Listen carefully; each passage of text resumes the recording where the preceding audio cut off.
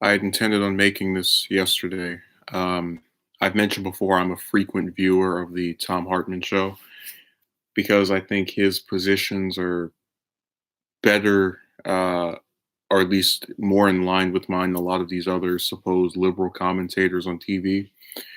And I still generally hold a high opinion of his content. That being said, I wanted to make note of his segment from his show yesterday, the July 17th, 2019 edition of his program, because there were two segments of it that kind of rubbed me the wrong way. So a guy calls into the show and he starts talking about Kirsten Gillibrand, which is the junior senator from New York that's running for president, and he's talking about her. I guess she was talking about her privilege or something for her ethnicity, just attempting to speak about why he had an issue with this. And he is able to get maybe two words in or a little bit of a half a sentence in before Tom cuts him off and denounces him as being part of the circular firing squad that which was a term I believe also used by Obama when he described progressives and their reactions to a lot of these um, neoliberal corporate candidates. And this would all be, I guess, well and good, or just even if it was something I disagreed with, it wouldn't bother me that much.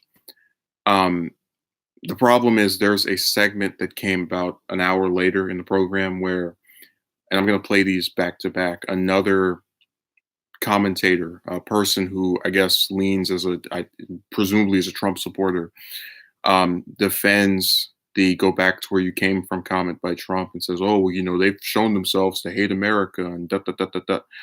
And instead of just cutting him off like he did with the, you know, I guess self-described progressive person who called in, he decides instead to have this person on and try to engage with them. The person hangs up and the conversation ends because of that.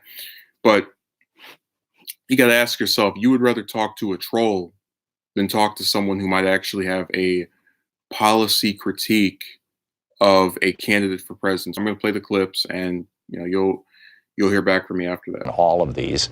Paul in Glenside, Pennsylvania. Hey, Paul, what's on your mind today? Hi, Tom.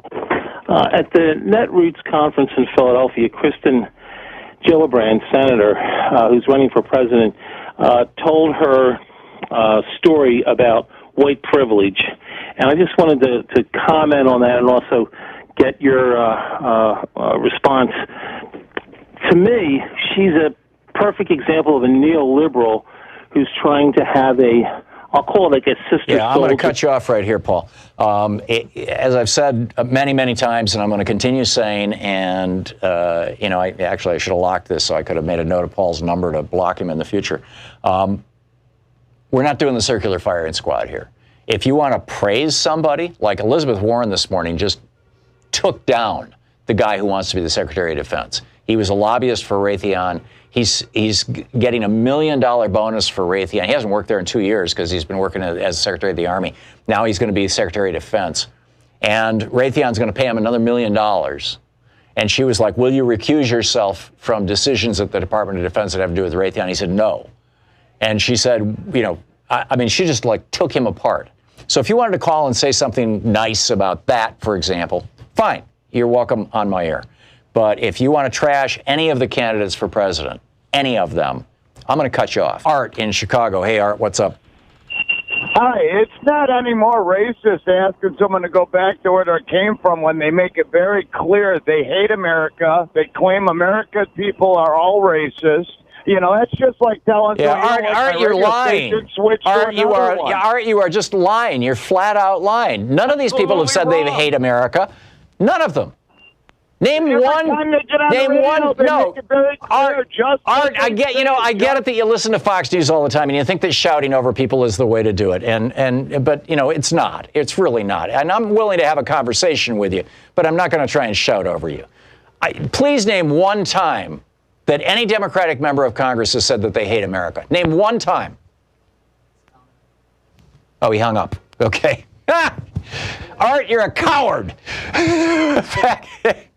So we have a thing where I was mentioning how when I was suspended from Twitter, um, I thought it was tied to the fact that I critiqued a lot of the centrist Democratic presidential candidates. I had tweets denouncing Buttigieg, or as I like to call him, Buddha Trash, Biden, Harris, Booker, just the whole host of characters.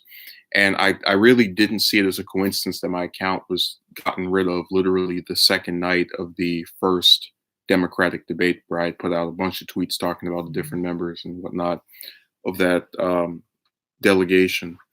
But it's all part of this pattern I've noticed by these supposed, because conservatives will be the first ones to say places like Twitter and YouTube and all these other networks are liberal favoring, and they love to be on the side of the left. It's like, well, if you're a self-identified member of the left and you critique any of these people over policy substance that is related to, I guess, being on a further echelon of left than they are, i.e., progressive, you somehow still find yourself getting the same kind of treatment or even worse than conservatives would. Hartmann is a self-described progressive commentator, what a lot of people would now call a Bernie-crat. And for some reason, he gave a harder penalty to the guy who called in to talk about a Democrat running for president than he did the person who called in to spew some, as he said himself, some Fox News mumbo jumbo. So, like, I've just noticed that pattern. These harsher penalties put on people who are progressive than people of any other ideology, because we're actually trying to, look at stuff objectively and not kowtow to one side over the other. And also, it kind of pisses me off that, because what he said was, you have to have, I will not, allow you to critique any of the Democratic candidates running for president. So if Buttigieg Trash or Biden or Harris announce tomorrow that they've withdrawn from the race, can I critique them now, or is the the ban lifted? Like, that's how I thought the whole point of a Democratic of any primary is to select a candidate via picking them out through some kind of thorough examination of their record, and in doing that, you are kind of forced to critique them. I mean, I guess I'm supposed to do it in my head and not expressed on his program.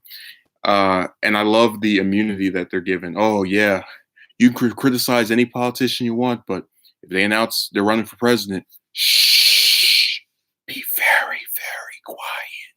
So I will continue to watch this program, because there are a lot of things that are on there, and I think stuff like this is healthy, where you give a critique of something, but you still admit whether it's all good or it's all bad. To try to censor that and pretend like it's horrible thing to just, like across the board, any non-positive thing you say about something is some evil, no matter what way you position it or express it, just all around horrible. That's a dangerous mindset, and I think his, that